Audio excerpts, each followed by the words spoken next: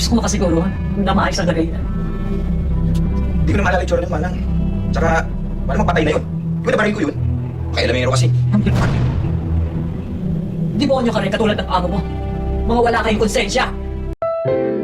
Ang susunod na programa ay rated PG. Ito ay nangangailangan ng patnubay at gabay ng magulang para sa mga batang manonood.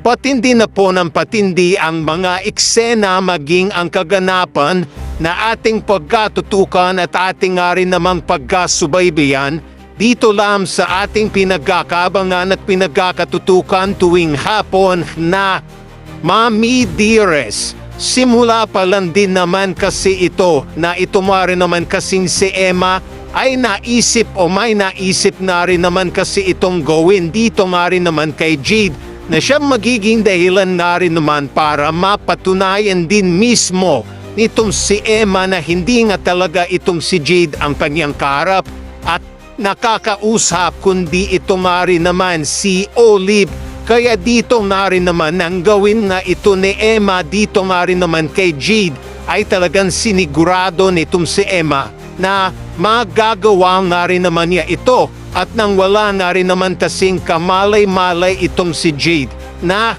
lumapit na sa kanya itong si Emma at dito'y ginawa na nga rin naman itong si Emma ang kanyang plano at pakay at ito nga rin naman na kunin kung wig lang ba ang suot-suot nitong si Olive para malaman nga rin naman niya kung totoo ba ito o nagpapanggap lang na Jade. Kaya dito nga rin naman ay walang kalam-alam itong si Olive at nang hatakin na ito ni Emma, ikinagulat na nga lang din naman nitong si Olive na nawala na at natanggal na ang wig na suot-suot niya. At dito nga rin naman ay natawa nga bigla itong si Emma at dito nga rin naman ay hawak-hawak pa nga nitong si Emma ang wig nga nitong si Olive at dito sasabihin nga nitong si Emma dito kay Olive na paano ba to Olive na yon alam ko na ang totoo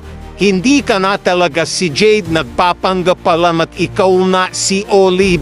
Dito nga rin naman ay hindi nga natuwa itong si Olive at sumigaw nga ito sasabihin dito kay Emma na akin na yung wig ko Emma. Dito nga rin ba'y wala na nga rin ba talagang magagawa at maitatago itong si Olive dahil bistado na nga rin naman siya nitong si Emma na ating pagkatutukan at ati rin niyang pagkakaabangan.